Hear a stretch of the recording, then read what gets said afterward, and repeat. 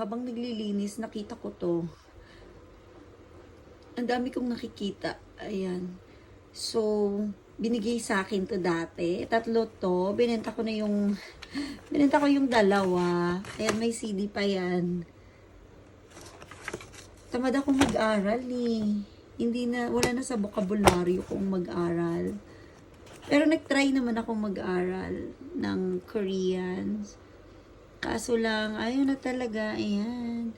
Pero ang alam ko, hiningi ito sa akin ng pamangkin ko. So, bigay na natin to. Ayan. Hirap kasi. Ang alam ko lang eh.